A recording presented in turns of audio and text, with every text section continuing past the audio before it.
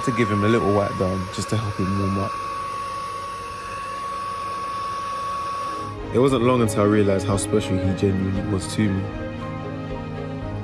Me and him had quite a special bond and became completely obsessed with each other. He wakes up every single day next to me. Yo! He likes to take off the blankets in the morning. Do you do it one more time, Oscar? Oh my God. And then he starts his crazy zooming around the room. He demands the first breakfast of the day.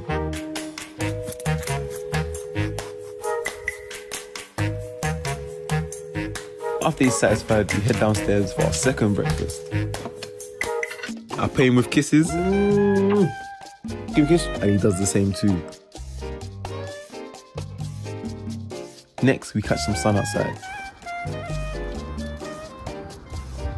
Yo. After dinner, I do try to get him out of bed before I go to sleep. I know you can hear me. Don't act like you're sleeping. Trying to sleep, man. I know you ain't sleeping. I can see you. But he usually ends up staying the night. I just feel so lucky that he chose me to be his little buddy. I just love that man so much.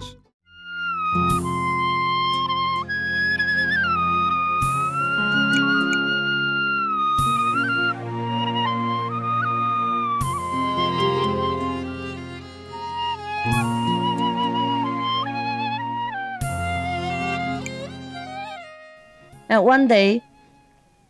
one day I said, at that time there was a monk attendant, yeah. There was a attendant, a monk, and he sat next to me. And then I said, let's go now. We meditated together and said, let's go now. And then I said, well, I wanted to tell them something before I go, but I see the other monks were meditating so deeply and so quietly. I hate to disturb them. I'm afraid to disturb them. So what do? I asked the attendant. He said, don't you worry. Once you get up, everybody gets up. They sit like that, but they know exactly what time to get up. So don't you worry, because already nearly time. I said, it's nearly time, but I saw they sat so quietly. I dare not move, you understand? I dare not talk. I said, don't you worry. It's always like that. So that is the story of Mel Lee. Yeah. So you see, even good noise, if untimely, is also disturbing, right? Anyhow, the most important is our inner noise. Make sure that we calm our inner turbulence. That's important. And that we can do by meditation and by listening to the high level of explanation, etc. Of course, any explanation is not the highest means, understand? And to convey the sense of grandeur of the absolute. But still, we cannot use any other means. So we have two kinds of enlightening tools. One is inside and one is outside. Some need it inside, some need it outside. Some need both, and some need none because he doesn't understand anything. Neither inside nor outside. And that is superb. In that case, whether he sits here or he sits in the supermarket makes no difference. At that time you say, wow, he's above discrimination. But after a while, after you reach some capital of enlightenment, you also feel that way. Indiscriminating, anywhere you go. Whether you sit in a supermarket or you sit in the Himalayas, it's the same to you. But that is not the same to the first person that we just referred to. Understand? Yes. Therefore we say the sage seems like the ignorant. But it's not so. So sometimes the Zen people say, after you practice for a while, yes, you see the river as not river, mountain is not mountain. But after great enlightenment, you see mountain as mountain, river as river. You're back to nothing. Therefore, when you have no experiences, maybe you are experiencing the greatest enlightenment. Who knows? Maybe the Hong Kong guy yesterday, he was on the highest peak. But the way he asked, it doesn't seem so. Understand? He closed himself in a shell. But he will come out of it later, if he wants to. We cannot be attached, understand, to anything, even experiences. That's why we should not talk about it at random, except on a special occasion, or the master requires it, or people require it, and the master allows. Understand? Yes. Otherwise, everybody thinks, wow, fantastic, I want one. It's different. Yeah? The patients are different, and then if he wants to get well very fast, he wants the same medicine. He sees the patient next door drink the pink medicine and gets well in 1 week. He says to the doctor, I want that. I want this black one. I want a pink one.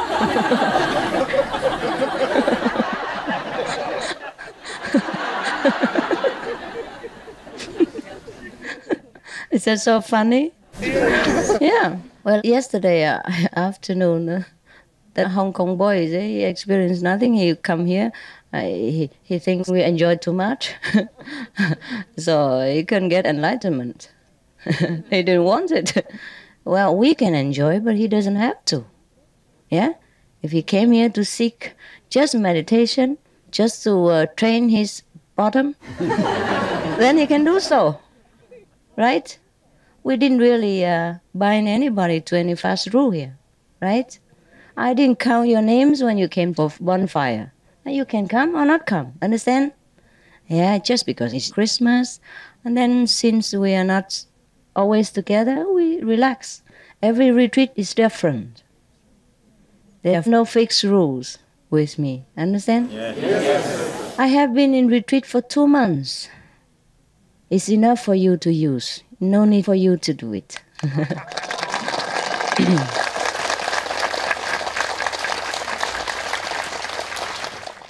Yeah. No? Yeah. We are one, so whatever I have, I can give you.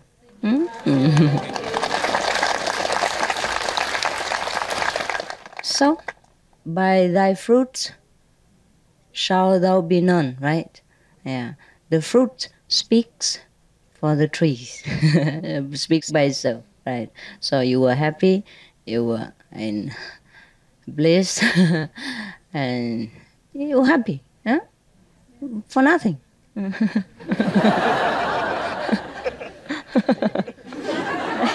didn't do much. You just lay there and enjoy the nirvana. Yeah, it happens, yeah. Sometimes the parents are very rich, and you can get something out of that without having to work hard. But you can work later, right? Yes. So anyhow, the boy, this Hong Kong boy, he complained like that I enjoyed too much, not strict with you. He missed the point. He forgot to enjoy, and then he didn't get it. And he said, I don't have anything. Yeah, we cooked for him, we invite him, he didn't eat it, and he said, I got nothing. And blaming us for cooking too much.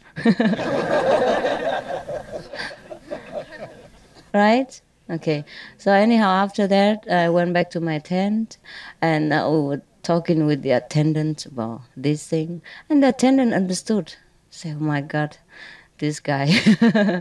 Understand? He understood everything, but that guy didn't. I said, never mind. Because I was feeling sorry for that guy also. So we talk about that afterward. And then something like what? Forgotten. I forgot what I wanted to say. My God, getting old. What was it that I wanted to talk about? You know? Đây.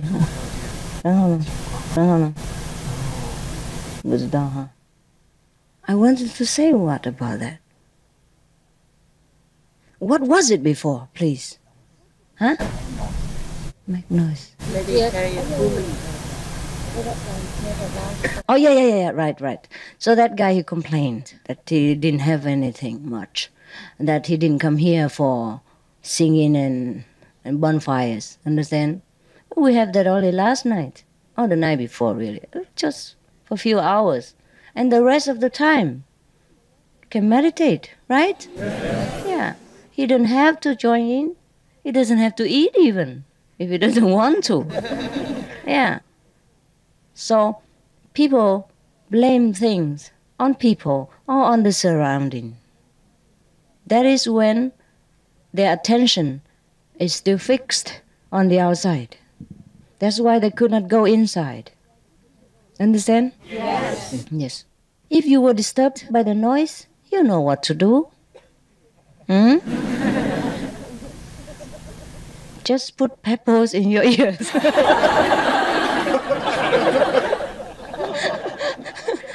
We have so many small stones for this purpose. Everywhere you can pick up pebbles and stuff your ears, your nose, your anything with them. So there should not be any complaints. Understand? Any complaint is self-complaint. There's nothing to complain about here, right? We have a very, very flexible schedule just so that you can adjust yourself to whatever you want, right? Because sometimes you cannot meditate in the morning because of the time difference, yeah? America, Taiwan, different times. So maybe you wake up in the morning, but you feel sleepy. So you make up for that later on, afternoon, or the break time, whatever you want, right? Yes. And also some people are not used to with meditating in the morning. They meditate at midnight. Whatever, understand? Yes. So the whole time is free, but you are responsible. You know what you come here for. Do I have to smack your bottom and say, hey, you know what you come here for? Sit. You are no dogs. Understand? You are no dogs that I have to run around and say, sit. Right? You know what you come here for. You've been here before. Or you have known about me before. You know what the retreat is. And if you don't know, you can ask the next person, what do we come here for? And if you don't, that's your problem. I'm not responsible for it. Understand? Yes. So he put the blame on me, that I'm not so strict in this retreat, that I wear some nice clothes, that I sing with you, etc. Understand? Yes. It's my choice. Yeah? I don't have to be like you. I'm the teacher. Yes. I have no problem.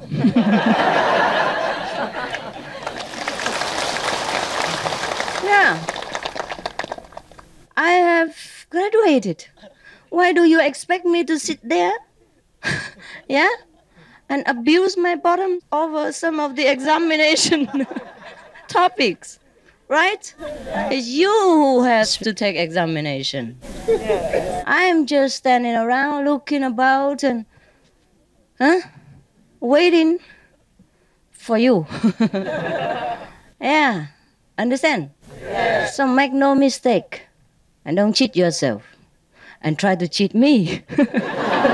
Cheat me out of my joy, my freedom, and my right. If I'm bound the way you are, how can I guide you? Understand? Yes. So, you understand now, the mind is tricky. It blames everything except itself. Yeah? The self-righteous person says, it's because of you I have not become the Buddha. In 7 days. In the past, I used to become the Buddha in 7 hours.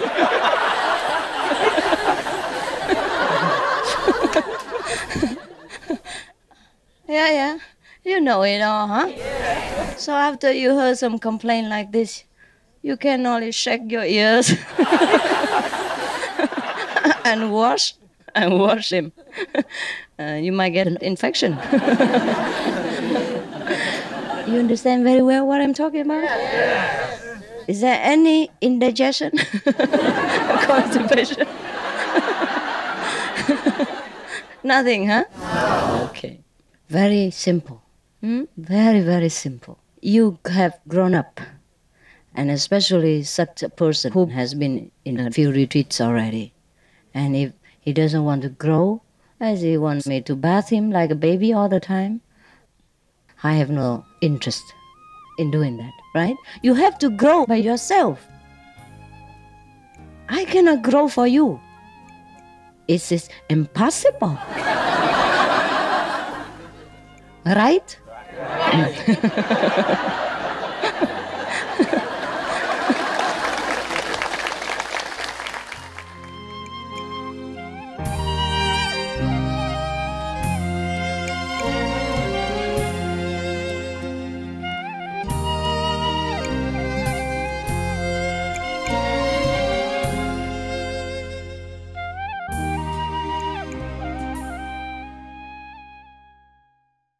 Supreme Master CHINGHAI, vegan, is a world-renowned spiritual teacher, humanitarian, and artist. To learn more about her compassionate life and teachings, please visit suprememastertv.com/master.